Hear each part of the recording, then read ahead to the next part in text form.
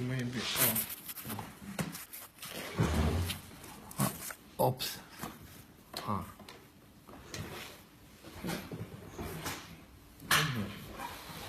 Oh, okay. So you want me to talk about some of the questions? Hello, Daniel. So let's discuss questions you have. So I think all these questions are very important to understand why we provide transplantation, why we recommend it. Let's start at the beginning. What is multiple sclerosis? You know, multiple sclerosis is autoimmune disease, and for unknown reasons, immune system make a mistake and some immune cells lose tolerance to patient's own tissues, and these cells go through the blood-brain barrier and destroy myelin. This is multiple sclerosis mechanism. I think it's clear. And this is immune cells which destroy myelin, and then in the end of the disease destroy nerve. So what you're seeing here is that's the T cells. This is macrophage. Yeah. This is macrophage and T, and there is a group of cells, not only only T cells. Lots of cells are responsible for autoimmune aggression. So. This is why lots of medication, disease-modifying drug, have different points for action. Different key points to try to modify the disease. And so, multiple sclerosis is chronic autoimmune condition. And it's chronic disease, and fortunately this disease doesn't decrease life expectancy in comparison with cancer, because cancer is fatal disease. Sure. And what about type of multiple sclerosis? Nowadays there are 4 types of MS. Clinically isolated syndrome and primary progressive multiple sclerosis, secondary progressive multiple sclerosis, and relapsing remitting multiple sclerosis. After 2013, consensus stopped to use progressive relapsing type.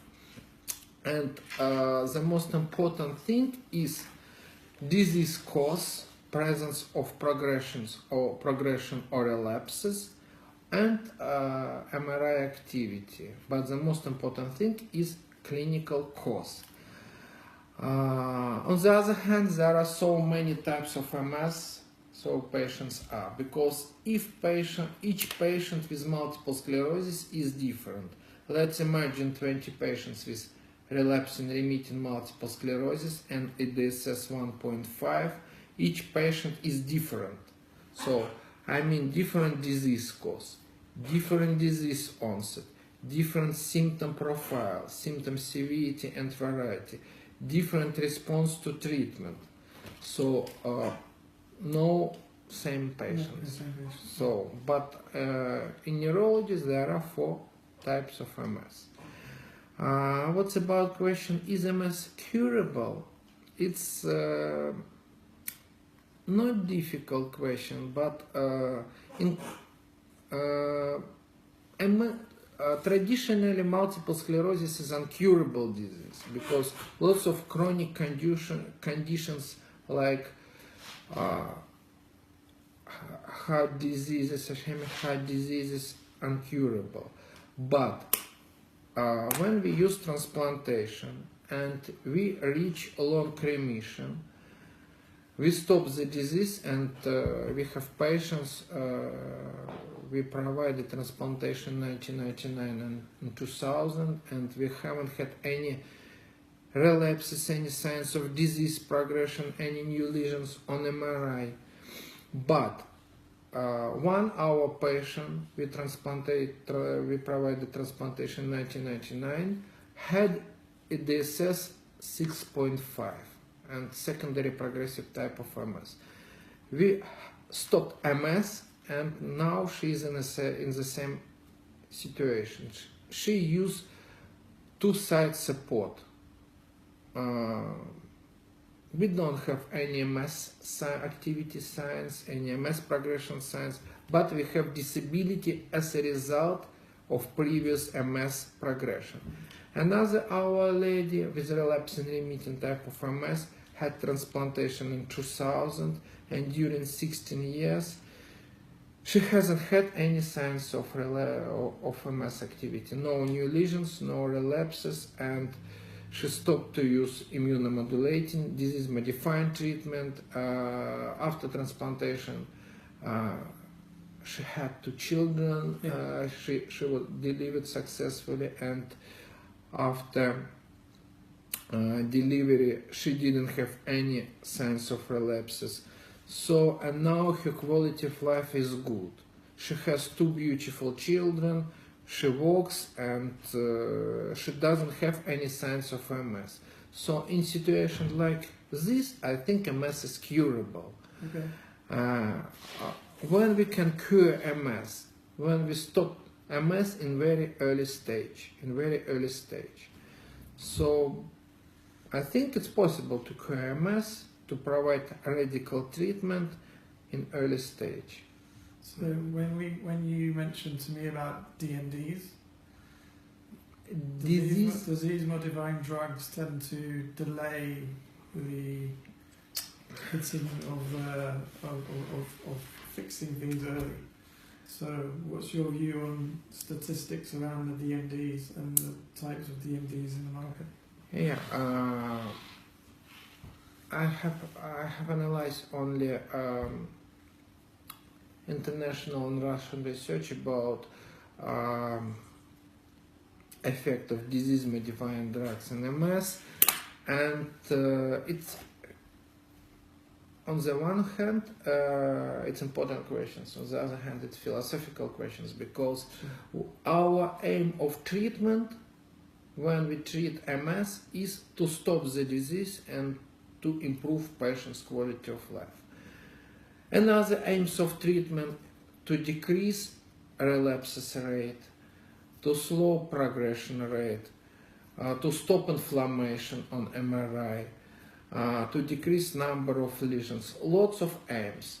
And when we use disease-modifying drugs, we can talk about relapse-free period, so the number of relapses per year decreased from 3 to 2 or from 3 to 1.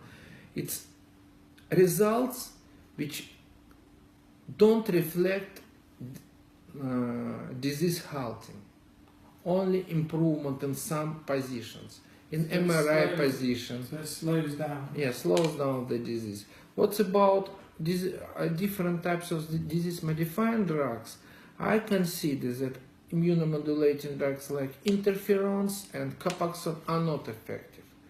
They may worse quality of life, and it's lots of articles in very big, in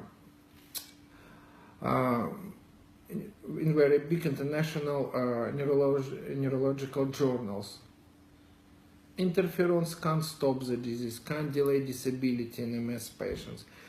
And other medications like Lemtrade, Tysabri, low-dose chemotherapy are partly effective, and the rate of success is about 20-30 to slow down and to stop the disease. On the other hand, they have dangerous side effects. Yeah, lots of side effects. And what about the example of Tysabri? We are successful only during using it. Yeah. When we stop to use, we should wait relapse, because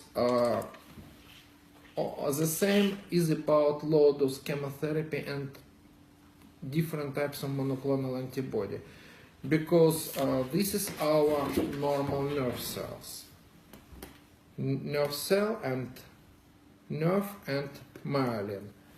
This is multiple sclerosis, autoimmune process, and patient's immune system destroy myelin. When we use high-dose chemotherapy for short period of time, we can do this. We can eliminate all these cells from patient's body. If we provide this treatment in early stage, we don't have lots of areas of damage. In late stage, You it's still have damage. yeah, lots of damage. So the earlier the better. Like a fire, the earlier we stop it, the better result. What about disease modifying drug? Why modifying? Why not disease treatment drugs, but disease modifying? Because all this medication try to slow down or to decrease amount of these cells, and some of them are effective during the period of using it, because all disease modifying drug can't eliminate all cells and do this. And also the same is about low dose chemotherapy. The most important thing is chemotherapy density. We can give the huge dose of chemo for 2 years and it's not the same like to give this dose for 3-4 days. Only if we give huge dose of chemotherapy, of immunosuppressant for short period of time, we can destroy wrong immunity. So this is the principle. Yeah. Big dose for short period of time. Okay. Peak action. So I consider this as your first question, that disease-modifying drugs can't stop MS. They can delay, slow down disease, but can't stop because can't eliminate all autoimmune cells from patient's body. So when you talk about the recovery period of MS, where it is more inflammationary, you will get a better response and you get a better result in terms of the damage done? Or is it because that inflammation has now become damage over time, and that's the difference? Okay, so, our position that the most important thing is disease cause. Yeah. If patient has lots of inflammation and lots of symptoms, and after transplantation we stop inflammation, patients start to feel much better in short period of time. It's clear, yes. And but on the other hand, inflammation can be not detectable on MRI.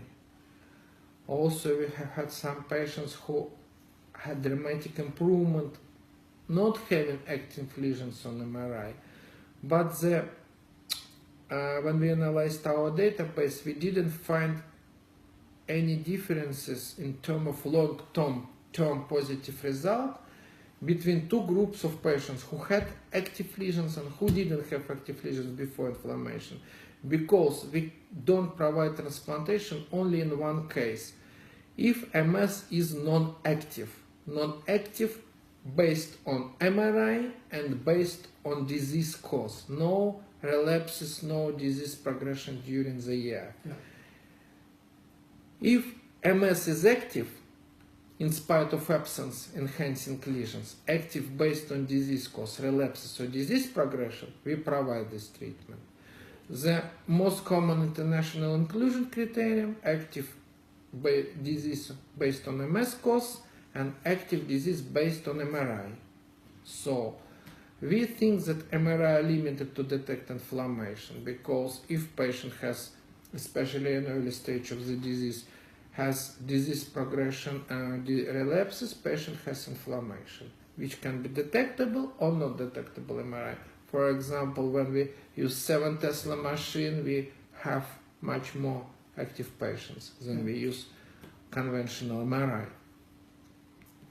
Also, now it's proved that inflammation can be on cellular level. So when we stop the disease, eradicating the autoimmune cells, it's not important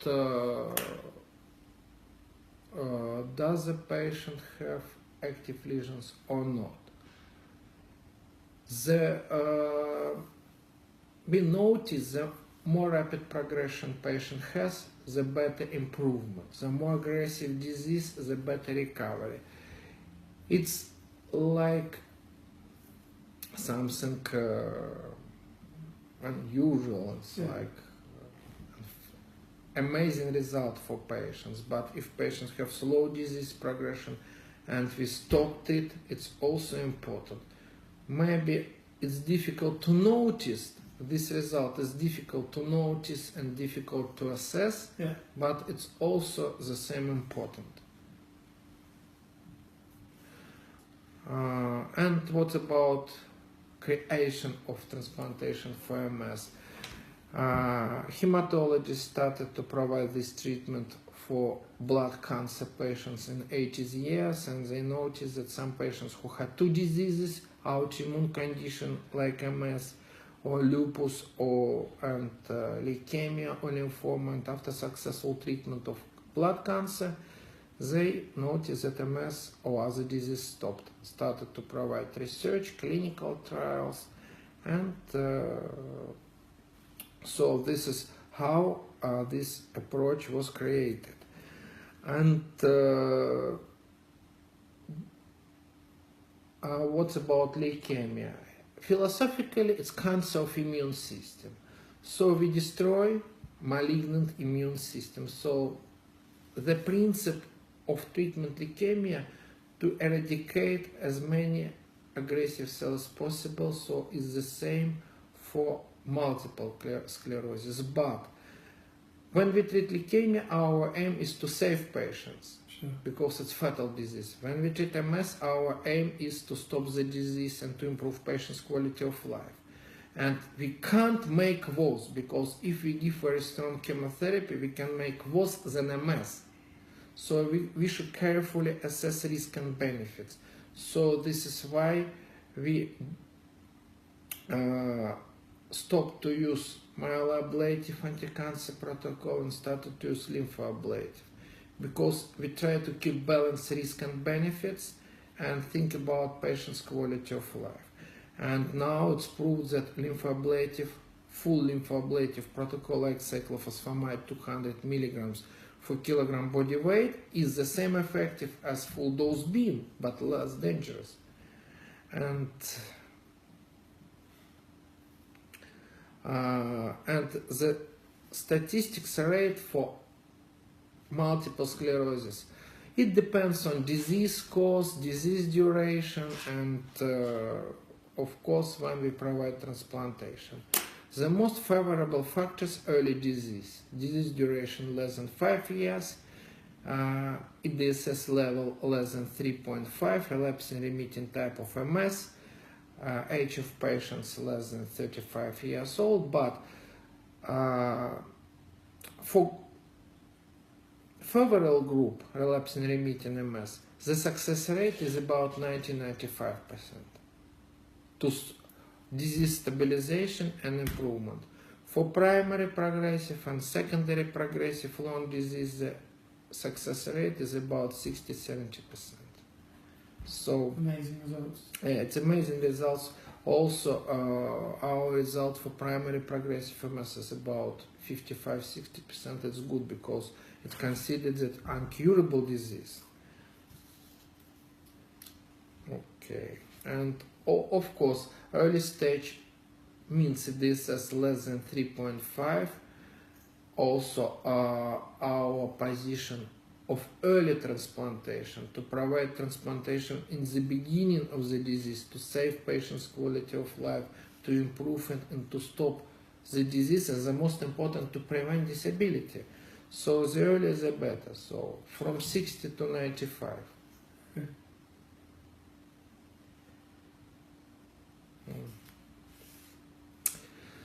So if we are in time, if we stop inflammation, and not all patients, also if patients is in a wheelchair, and not too long, maybe maximum 6-12 months, there is a chance to reverse symptoms, reverse disability. It's difficult to predict. The less time patient use wheelchair, so the better chance to stop MS and to reach improvement. So we have had lots of patients who stopped to use wheelchair. Also we have some presence from our patients here in hospital. Then we admitted with wheelchair and was discharged using only 1 or 2 side support and decided to present wheelchair for our hospital, so it's amazing result. Very good.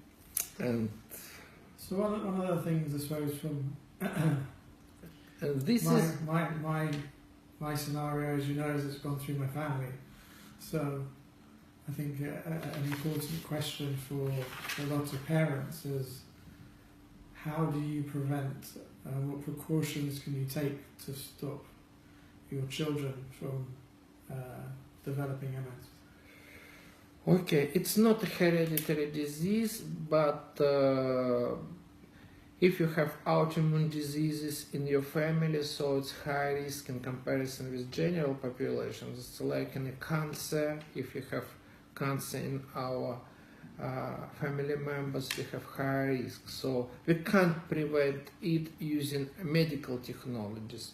The most important thing is healthy lifestyle.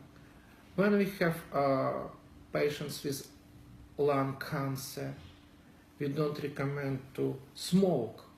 On the stomach cancer, we recommend to follow healthy diet to control it. So it's important to follow healthy lifestyle, to have less stress, to have healthy food, to be active. So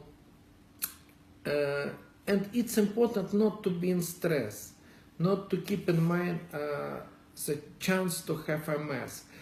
90% of patients in our hospital don't have relatives with autoimmune diseases. But on the other hand, we have patients who have relatives with the disease, and also mother and son, brother and sister, brother and brother.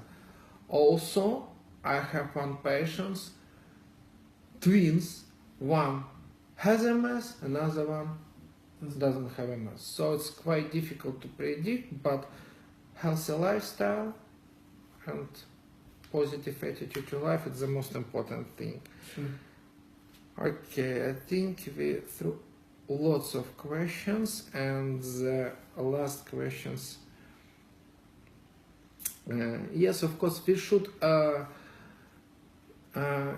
incorporate transplantation in clinical practice, because clinical trials started in 1997, and I think it's too long for clinical trials. Now it's time for clinical practice and time for personalized medicine. And our position is to treat patient with disease, not only the disease, and to make personal decision.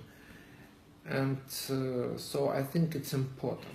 So this is why we provide transplantation for patients without active lesions, because we analyze personal disease cause, we analyze needs of patients, wishes of patients, and of course when we do it, we should think about safety.